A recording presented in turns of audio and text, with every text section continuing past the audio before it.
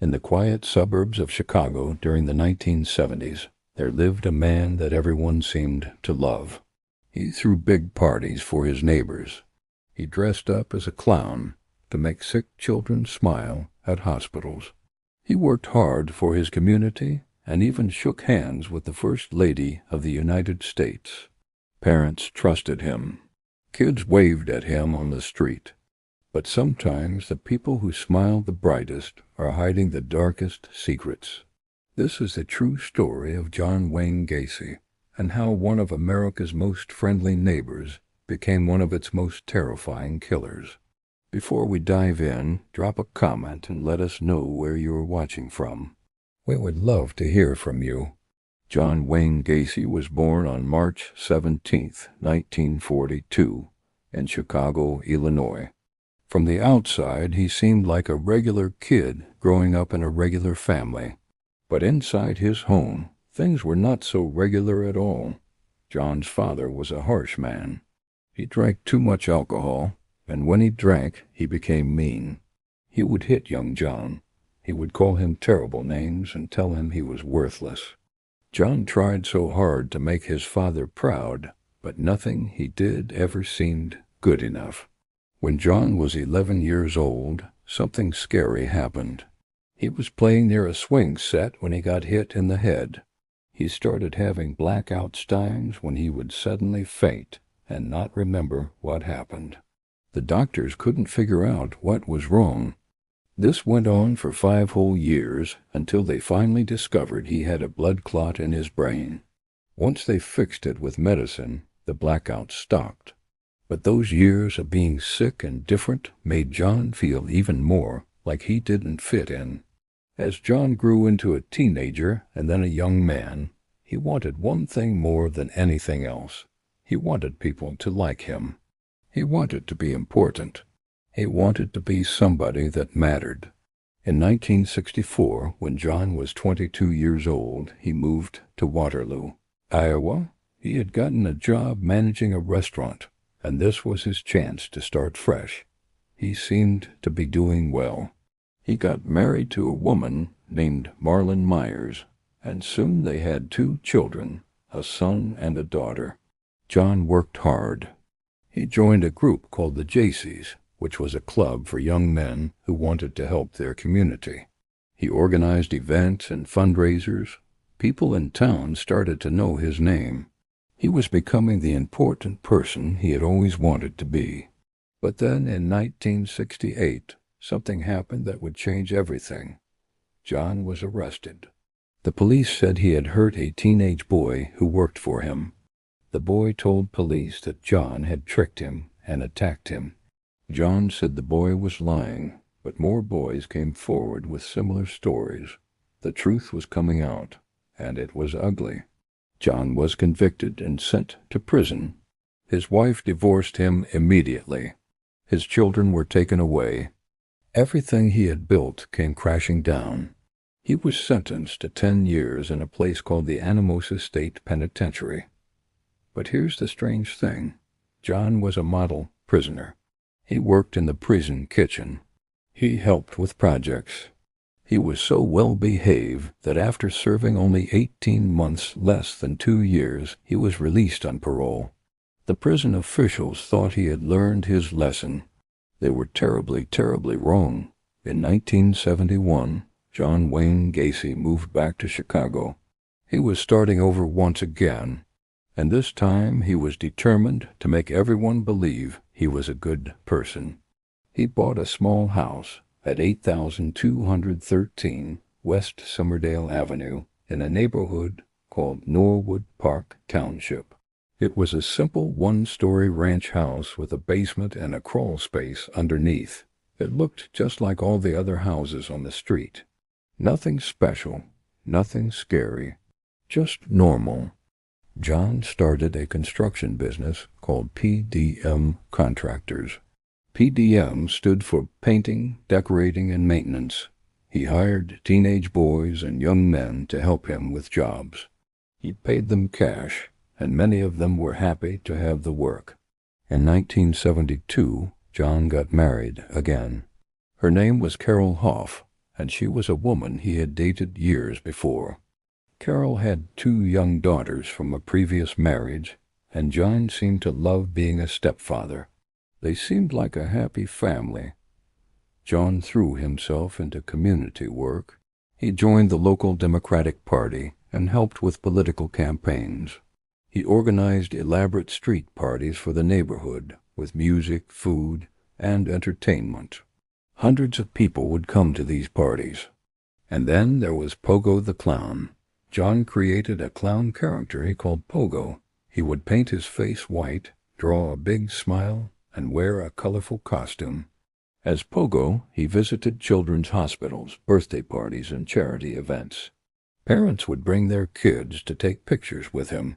People thought he was wonderful, a successful businessman who gave back to his community. In 1975, John even got to meet First Lady Rosalind Carter at a special event. There's a photograph of them shaking hands, both smiling. John was so proud of this photo that he kept it displayed in his house. To everyone who knew him, John Wayne Gacy had turned his life around. He had made mistakes in the past, but now he was a pillar of the community. But while John was shaking hands and making people smile, something evil was happening in that ordinary-looking house on Somerdale Avenue.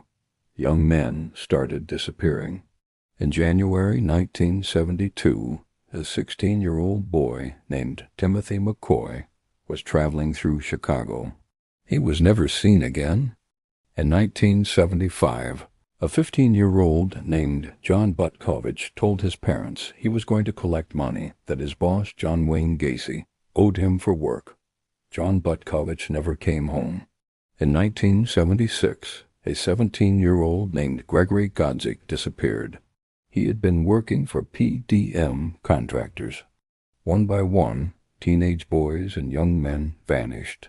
Some were runaways, some were drifters. Some had families searching desperately for them. But in the 1970s, it was easier for people to disappear. There were no cell phones, no internet, no security cameras on every corner. When someone went missing, it was hard to know what had happened to them. The families of these missing boys were heartbroken, but the police didn't always take missing person cases seriously, especially if the missing person was a troubled teen or a young adult who might have just decided to leave town.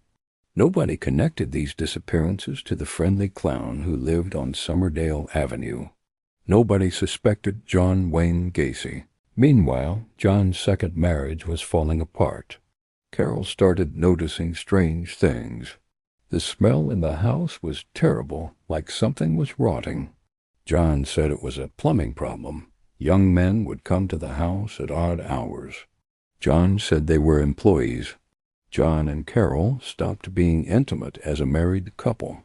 They argued more and more. In 1976, Carol divorced John. She moved out with her daughters, relieved to be away from that house and its strange atmosphere. John now lived alone in the house on Somerdale Avenue, and with no one there to watch him, no one to ask questions, John became even more dangerous. More young men disappeared. In 1977, 19-year-old John Schick vanished. In 1978, 20-year-old Frank Landingen disappeared. That same year, 17-year-old Michael Bonin went missing. Then 19-year-old William Carroll. Then 16-year-old James Matsara. The list grew longer and longer. John Gacy continued living his double life. During the day, he ran his business and attended community events. He was loud, friendly, and always quick with a joke. At night, he was something else, entirely something monstrous. But John was getting sloppy. He was taking more risks. And in December 1978, he made a mistake that would finally bring his secret world crashing down. On December 11, 1978, a 15-year-old boy named Robert Piest told his mother he was going to talk to a contractor about a summer job. The contractor's name was John Wayne Gacy. and he had come into the pharmacy where Robert's mother worked. Robert said he'd be back in a few minutes. Robert Pius never came back, but this time was different. Robert wasn't a runaway. He wasn't a drifter. He was a good kid from a loving family, and he had told his mother exactly where he was going and who he was going to see. When Robert didn't return, his mother immediately called the police. And when she told them Robert had gone to meet John Wayne Gacy, the police started asking questions. They discovered that John Wayne Gacy had a criminal record. He had been convicted of hurting a teenage boy back in Iowa. They learned that other young men who had worked for him had disappeared. The police started watching John Wayne Gacy very closely, and what they were about to discover would shock the entire nation. The police started following John Wayne Gacy everywhere he went. They parked outside his house. They watched him at work. They were waiting for him to make a mistake. John knew they were watching him, and it made him nervous. But he also seemed to enjoy the attention. He would wave at the officers. He would bring them coffee. He acted like he had nothing to hide, like this was all just a big misunderstanding. On December 13th, just 2 days after Robert Pius disappeared, the police got permission to search John's house. They were looking for any clue about what happened to the missing boy. When the officers walked into the house, they immediately noticed the smell. It was awful thick and sweet and rotten. John said it was moisture in the crawl space under the house. He said it was mold. The officers didn't believe him. They searched the house carefully. They found a lot of strange things. In John's bedroom, they discovered books about boys, handcuffs, and police badges that looked real but weren't. In the garage, they found a class ring that belonged to another missing boy, John Schick. They found a receipt from a photo shop that had Robert Pius's name on it, but they didn't find Robert Pius. Not yet. The police knew something terrible had happened, but they needed more evidence. They needed to figure out where that horrible smell was coming from.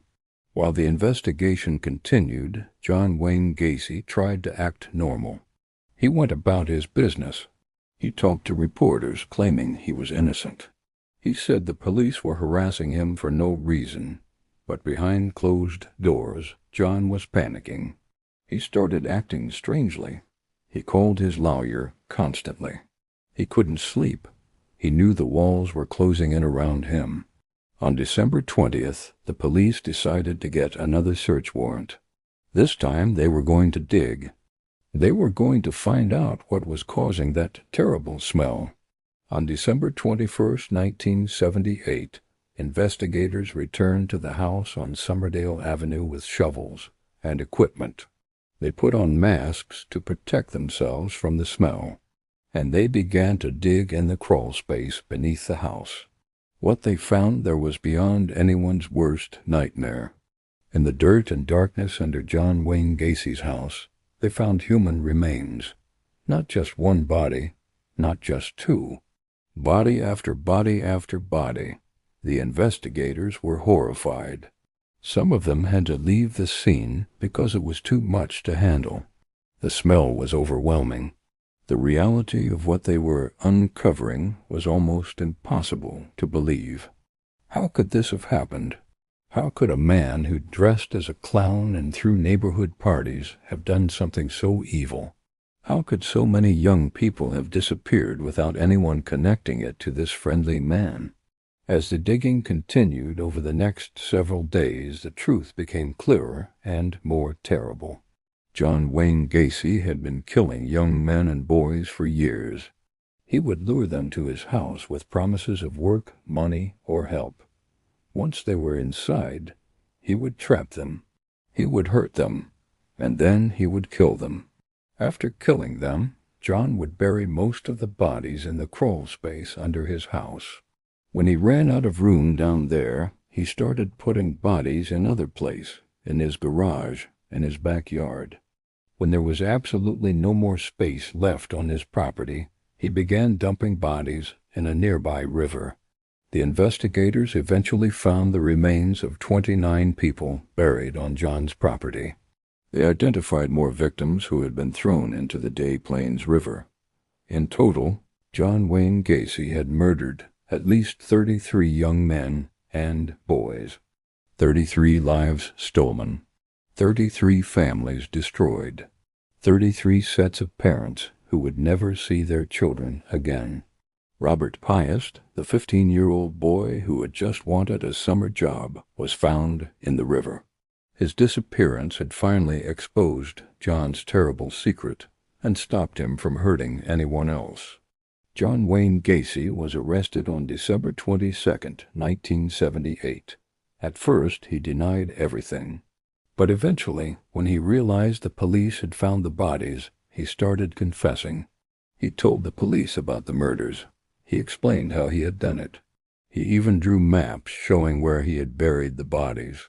But even as he confessed, John tried to make excuses. He blamed his victims. He said they had asked for it. He claimed he had a split personality, and that a different version of himself had committed the crimes. The police and the public weren't buying his excuses. This wasn't a split personality. This was a man who had carefully planned his crimes. He had built a trap door in his house. He had hidden the bodies. He had continued his normal life while young men were buried beneath his feet. He knew exactly what he was doing. The trial began on February 6, 1980. People across America followed the news closely. How could someone who seemed so normal, so friendly, so helpful, be capable of such horrible things? John's lawyers tried to argue that he was insane, that he didn't know right from wrong. But the evidence showed otherwise. John had run a successful business. He had fooled his neighbors for years. He had carefully covered up his crimes. He knew what he was doing was wrong. That's why he hid it so well. On March 13, 1980, the jury found John Wayne Gacy guilty of 33 murders. It was one of the highest body counts of any serial killer in American history at that time. The judge sentenced him to death. John Wayne Gacy spent 14 years on death row in an Illinois prison. During that time, he gave interviews to reporters and psychologists. He painted pictures, strange, colorful clowns, and other images that some people bought. He seemed to enjoy the attention, even the negative kind. He never showed real remorse for what he had done. He never seemed to truly care about the pain he had caused so many families. Instead, he continued to make excuses and blame others. On May 10, 1994, John Wayne Gacy was executed by lethal injection. His last words were reportedly angry and defiant. He died at age 52. But the story doesn't really end there. The victims of John Wayne Gacy are the ones who should be remembered. Many of them were just teenagers, kids who had their whole lives ahead of them. Some were runaways looking for a fresh start. Some had dreams of going to college, getting married, having children of their own. Some just wanted to earn some money for the summer. Their names deserve to be spoken. Timothy McCoy, John Butkovich, Gregory Godzik, John Schick, Robert Piest, and so many others. 28 of the 33 victims have been identified. 5 remain unknown, 5 young people whose families might still be wondering what happened to them, not knowing their child's story ended in that house on Summerdale Avenue. The case of John Wayne Gacy changed how police investigate disappearances. It showed that serial killers don't always look like monsters. Sometimes they look like your neighbor. Sometimes they're the person bringing cookies to the block party or making children laugh at the hospital. It taught us that we need to pay attention when people go missing, especially young people. Every disappearance matters. Every person matters. The house where all these terrible things happened was eventually torn down. The address, 8213 West Summerdale Avenue, no longer exists. The city changed the street numbers, so that no new house would have to carry that curse address. Today, if you visit that neighborhood, you'd never know what happened there. It looks like any other quiet suburban street, but the families of the victims will never forget. The investigators who had to dig up those bodies will never forget. And the story of John Wayne Gacy serves as a dark reminder that evil can hide behind a smile. John Wayne Gacy wanted to be remembered. He wanted to be important. He wanted his name to mean something, and now it does, but not in the way he hoped. His name is remembered as a warning, a reminder to trust our instincts, a reminder that appearances can be deceiving, a reminder that we must protect the vulnerable and pay attention when someone goes missing. The clown makeup has been washed away, the friendly smile has faded, and all that is left is the truth. John Wayne Gacy was a man who destroyed 33 lives and countless families. He fooled his neighbors, his friends, and his community for years. But in the end, the truth always comes out. And justice, though it came too late for his victims, finally caught up with him.